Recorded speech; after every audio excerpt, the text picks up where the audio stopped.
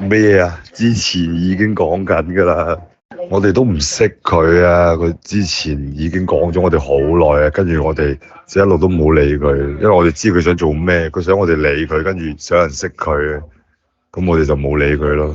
因為佢無啦啦咁樣，我哋都唔知你邊個嚟嘅喎，咁日日鬧我哋嘅咁樣，開直播得幾個人睇嘅啫，以前佢鬧到而家紅咗喎，佢聽講。同埋我哋都冇理過佢，佢話咩互相罵戰啊咩性？你欺凌你都有證據噶嘛？無啦啦點會欺凌？你都唔識你，點欺凌你先得噶？反正有睇過我哋直播嗰啲人都知咩事噶啦。我係絕對係唔會欺凌人嗰啲人嚟嘅，做唔出嘅。咁其實就係點咧？就係、安琪兒當其時，即係佢係好中意做啲嘩眾取寵嘅嘢噶啦，我哋都知噶啦。咁佢拍咗呢條片，佢呢啲片都已經唔係好閪特別嘅片嚟㗎啦。呢啲只不過我哋即係呢件事鬧大咗啫。佢仲過分都仲有啊。不過呢啲咁你咁大個人，我冇理由話阻止你拍呢啲㗎。加上佢就係咁拍呢啲，我哋就覺得佢哇好閪搞笑啊！呢個人咁樣。咁佢啊當其時佢又好閪中意阿陳卡嘅。咁啊，佢係陳卡簽咗去陳卡公司，後尾就點樣咧？後尾係違咗約，即係佢叫佢做咩佢都唔做。點解唔做咧？因為佢嘅目的唔係話要直播咩唔賺錢，並唔係。佢係想陳卡做佢嘅男朋友。咁陳卡就係一個生意人嚟噶嘛。佢話我簽你，對你一啲感覺都冇，只係你係可以。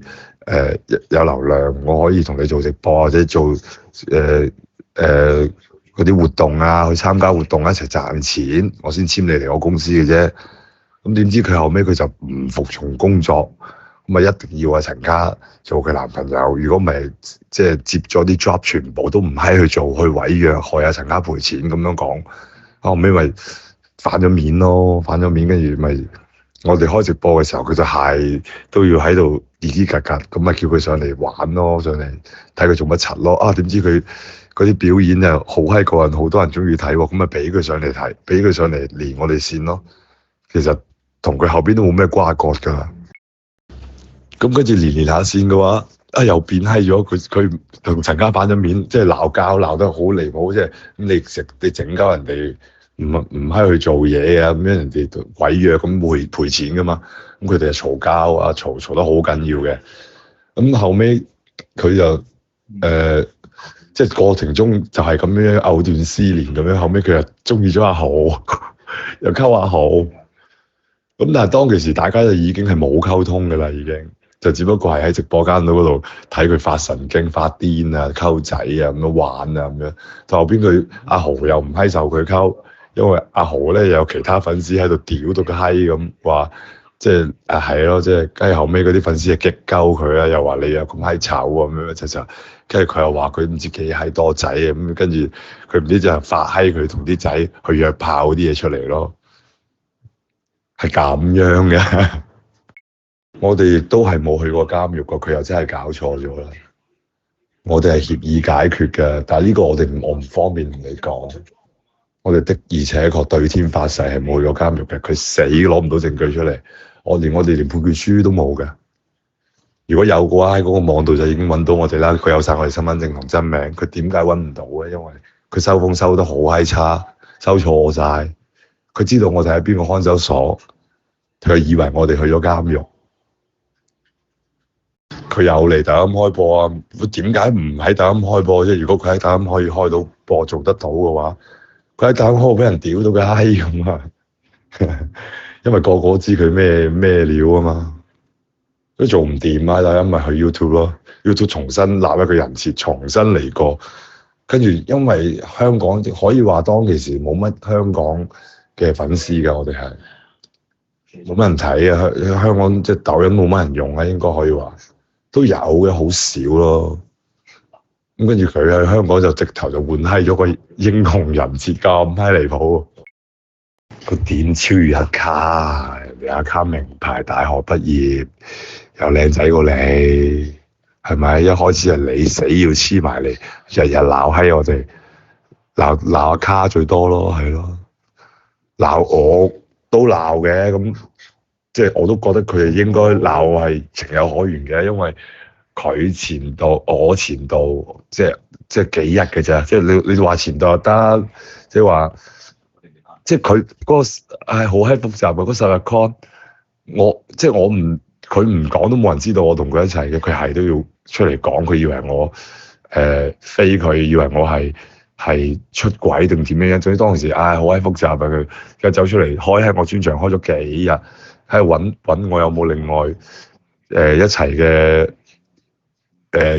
即係出軌證據啦，喺度揾我，跟住佢又揾唔到啦咁樣，仲俾人起咗佢個名實叫10日 con，仲喺度俾人話鳩佢戇鳩咁，的確好戇鳩嘅，即係兩個喺埋一齊，即係你可以相處好，但係真係同住係好難嘅，所以即係我就覺得唔開心，十分之唔開心。咁幾日大家趁冇咩感情，你試下，你可唔可以即係試下發唔發展都發展唔到，即係好聲好氣嘅喎，同佢係即係話大家唔啱咪唔一齊咯，係咪先？大家唔得喎，佢發爛渣，咁跟住整鳩我咯，咁整鳩我就變咗搞笑嗰個就係佢啦。咁大家成年人係咪啊？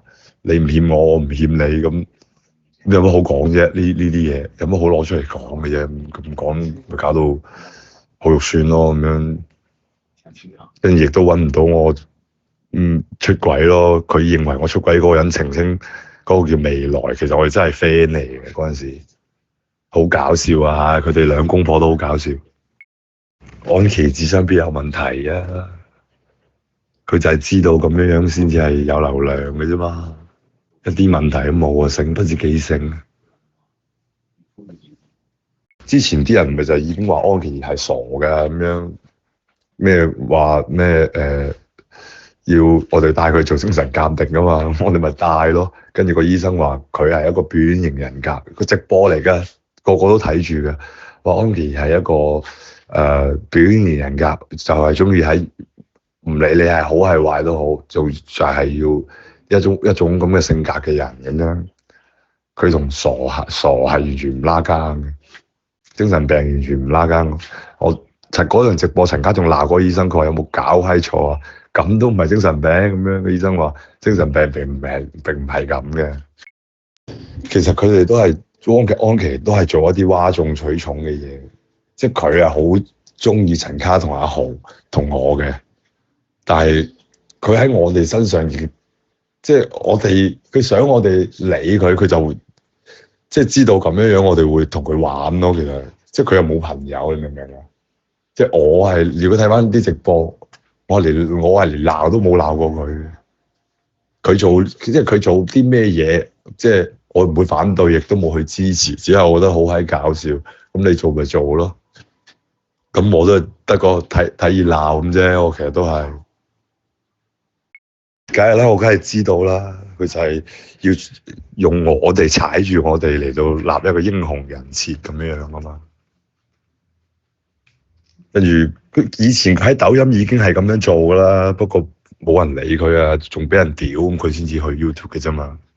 即係個個都知道佢係個心諗咩嘢嘅，佢都想開播，佢都想做主播，佢都想起步，但係佢就用呢種方法咯，呢種好賤格嘅方法咯。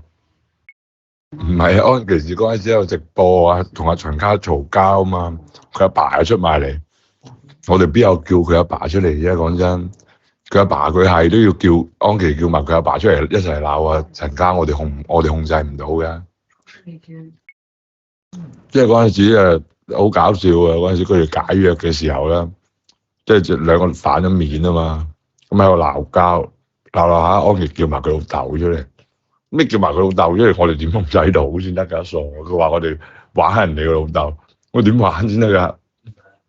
咁睇佢哋嘈交咯，我咪喺度笑咯。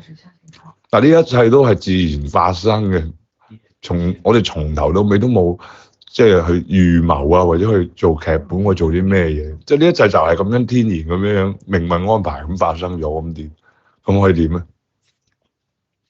咧？鬧咗我哋好多年啦，幾年啦。鬧咗我哋終於都回應佢啦。而家佢應該好開心啦。而家其實我哋以前嗰啲即係粉絲都知道嘅，其實